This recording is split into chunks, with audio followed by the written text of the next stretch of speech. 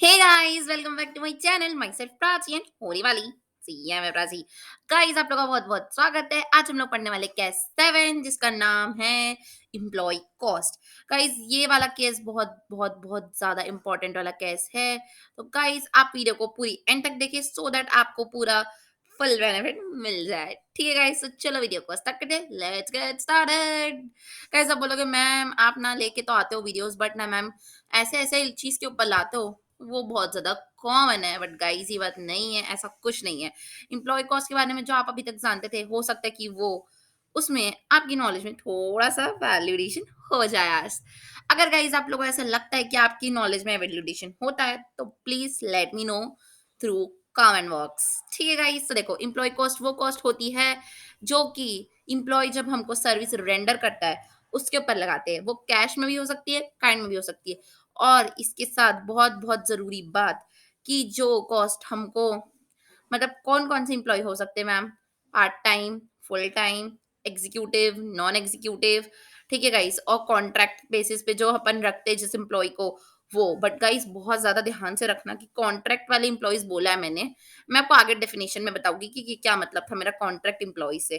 ठीक है गाइस, तो सारे टाइप के एम्प्लॉयज जिनको हम कैश में पेमेंट कर रहे हैं, काइंड में पेमेंट कर रहे हैं, और वो हमको उसके बदले में सर्विसेज दे रहे हैं, और हमारे और उनके बीच में एम्प्लॉयर एम्प्लॉय का रिलेशनशिप है, तो उसको हम लोग बोलते हैं employ cost. I hope guys आपको मतलब समझ में आया होगा। अब मैं अपन इंपॉर्टेंट डेफिनेशंस पे चलते हैं सो दैट आपको एकदम अच्छे से आपके दिमाग में घुस जाए। ठीक है गाइस, तो देखो, एम्प्लॉय कॉस्ट जो होता है मैंने आपको मतलब बता चुका है। देन गाइस, एम्प्लॉय कौन होता है? एक इंसान होता है जो हमको सर्विस रेंडर करता है, उसके बदले में हम उनको कैश या काइंड में पेमेंट करते हैं।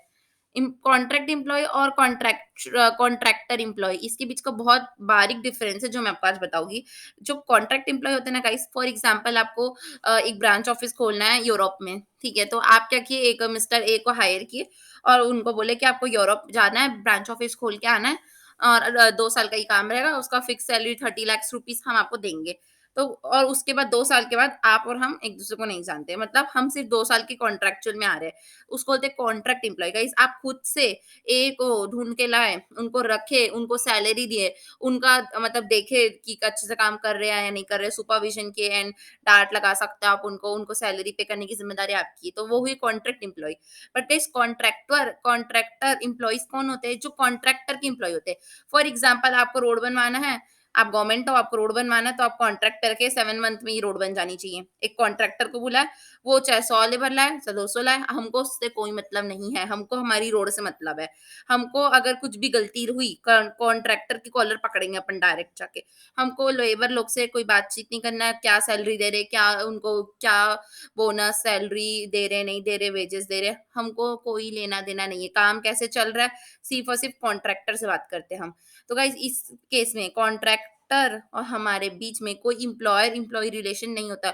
लेबर से तो बात ही नहीं करते, तो उससे तो कोई रिलेशन ही नहीं है। ठीक है गाइस, तो ये डिफरेंस है। अब आप पूछोगे मैम आप पढ़ा तो दी, इससे हमारा क्या मतलब है, लाइक हम क्या करें अब जान के? तो गाइस, मैं आपको बताऊंगी कि इसकी जो कॉस्ट होती है वो एम्प्लॉय कॉस्ट में आएगी या नहीं आएगी, इसके लिए पढ़ा रही हूँ। ठीक है गाइस, उसके ओवर टाइम प्रीमियम वो होता है जिसमें, मतलब फॉर एग्जांपल आपको बहुत सारा काम आ गया, वर्कलोड आ गया। ठीक है, ये भी 2 टाइप की होती है, मतलब 2 टाइप से ट्रीट करते, होती तो एक ही है। देखो कैसे ट्रीट करोगे। फॉर एग्जाम्पल, आपके प्रोडक्ट ए है, उस पे ना अक्सर डिमांड इतनी ज्यादा होती है कि ओवर टाइम आपका चलते रहता है, तो जो लेबर को एक्स्ट्रा चार्जेस देते हैं उनके एक्स्ट्रा आवर्स के लिए, तो उसको ओवर टाइम प्रीमियम बोलते हैं। ठीक है गाइस, तो अगर वो ऐसा अक्सर होते रहते हैं नॉर्मल कोर्स में, तो उसको आप नॉर्मल ट्रीट कर सकते हो। और अगर अक्सर नहीं होता, अचानक से किसी दिन बहुत डिमांड हो गई, और जैसे कोविड 19 अचानक से आता, तो पीपी किट और वगैरह वगैरह की अचानक से डिमांड बढ़ गई थी। वैसे यूजुअली तो इतने कम है कि कहाँ मिलते हैं किसी को पता भी नहीं होगा। ठीक है गाइस, मास्क कहाँ मिलता है, कहाँ बनता है, किसी को नहीं पता। बट जैसे कोविड 19 है, इतना सारा मास्क का डिमांड हो गया, तो एकदम जल्दी जल्दी लोग तुरंत तुरंत स्टार्ट किए प्रोडक्शन, तो ओवर टाइम लगा उसमें। तो जो डिमांड एग्जिस्टिंग प्रोडक्ट की अचानक से बढ़ जाए एबनॉर्मल तरीके से, तो गाइस उसका क्या ट्रीटमेंट करते हैं वो अपन सीखेंगे इस क्लास पे। तो वीडियो के एंड तक देखें ताकि आपको पूरी नॉलेज मिल सके। ठीक है गाइस, आगे बढ़ते हैं। अब आप बोलोगे मैम कौन कौन से टाइप के इंप्लॉइज होते हैं? देखो गाइस, डेली इंप्लॉय जो आपके यहाँ रोज आते हैं, आपकी फैक्ट्री पे रोज आएंगे, रोज काम करेंगे अपना और फिर जाएंगे, तो वो होते हैं डेली इंप्लॉइज।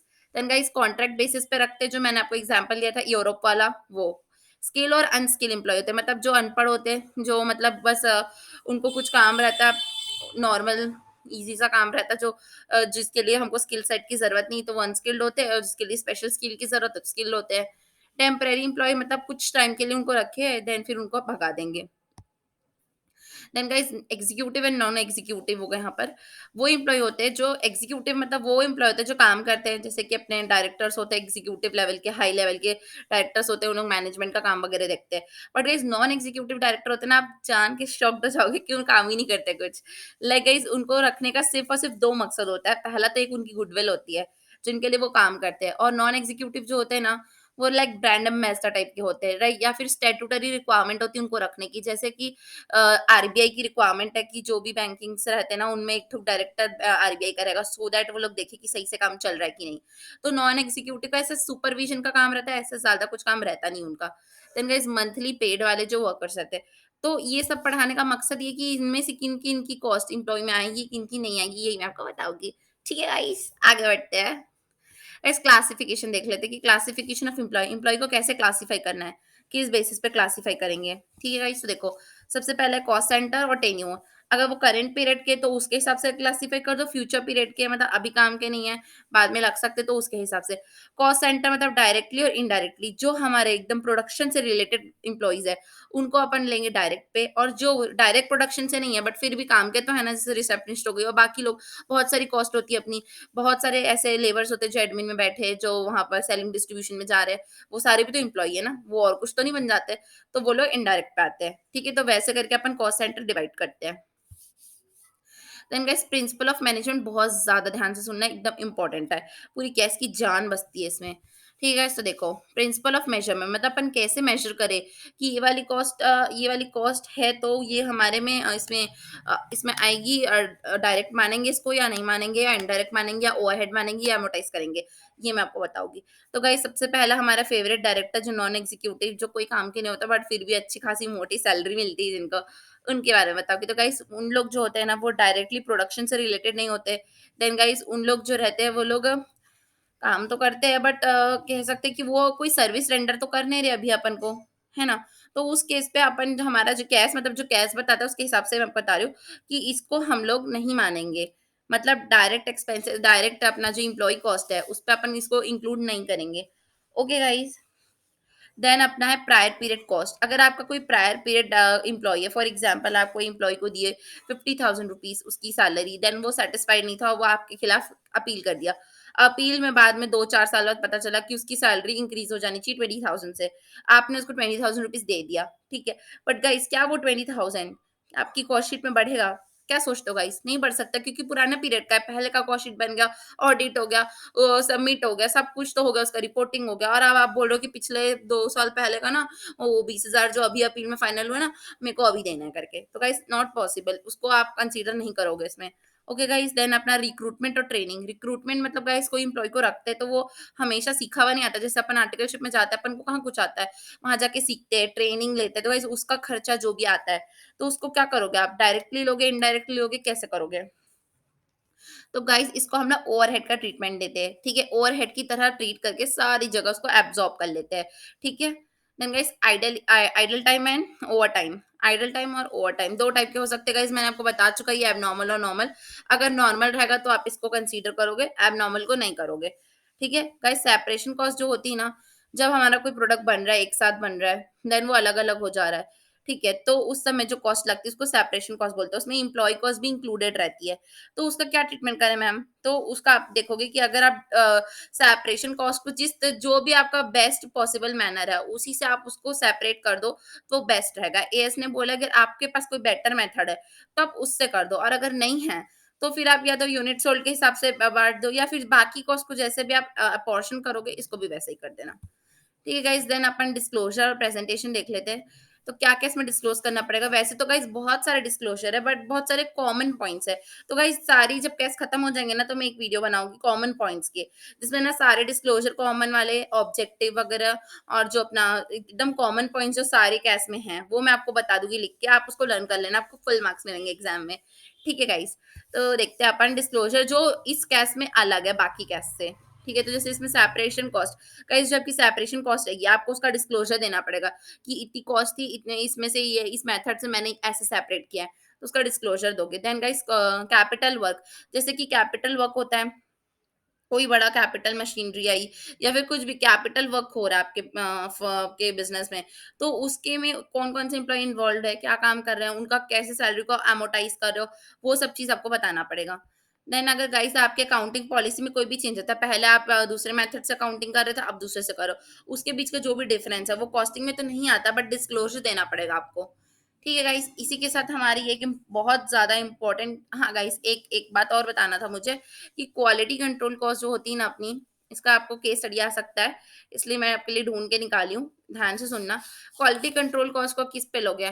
आप बोलोगे मैम क्वालिटी कंट्रोल कॉस्ट ना इनडायरेक्ट नेचर की लग रही है, आप ना इसको इनडायरेक्टली ले लेना करके। गाइस आपकी बात सही है, बट जो गाइडेंस नोट आता है ना कैश के ऊपर, उसने कहा कि दो टाइप से अपन इसको मेजर करते हैं। एक तो आप इसको मेजर कर लो, कौन से मेथड से, 1 सेकंड हाँ। हाँ, डायरेक्टली मेज़र कर सकते हो आप, एक तो इसको इनडायरेक्टली कर सकते हो, जो आपने कहा था बिल्कुल सही कहा था बेटा। बट ध्यान देखना कि अगर कोई जो आपका हर, अगर आपका समझ लो 100 यूनिट बनता है आपकी फैक्ट्री पे, और 100 का 100 पूरा आप उसको एक इंस्पेक्शन करा के ही भेजते हो बाहर, तो गाइज़ उसको अपन डायरेक्ट बोलेंगे। क्योंकि गाइज़ जैसे कि कार्स हो गई, कार सारी कार इंस्पेक्शन चेक होती है, मोटर जो बनती है इंस्पेक्शन चेक होती है, फ्रिज बनती है, एसी बनती है, हर यूनिट उन लोग का इंस्पेक्शन चेक होता है। क्योंकि कोई भी इंसान इतना सारा नहीं लेके जाएगा, ठीक है? उनमें सा हर कोई एक लेके जाएगा, वो तो उसके लिए बेस्ट होनी चाहिए ना, दैट्स व्हाई हम उसको हर को क्वालिटी कंट्रोल देखते ही है।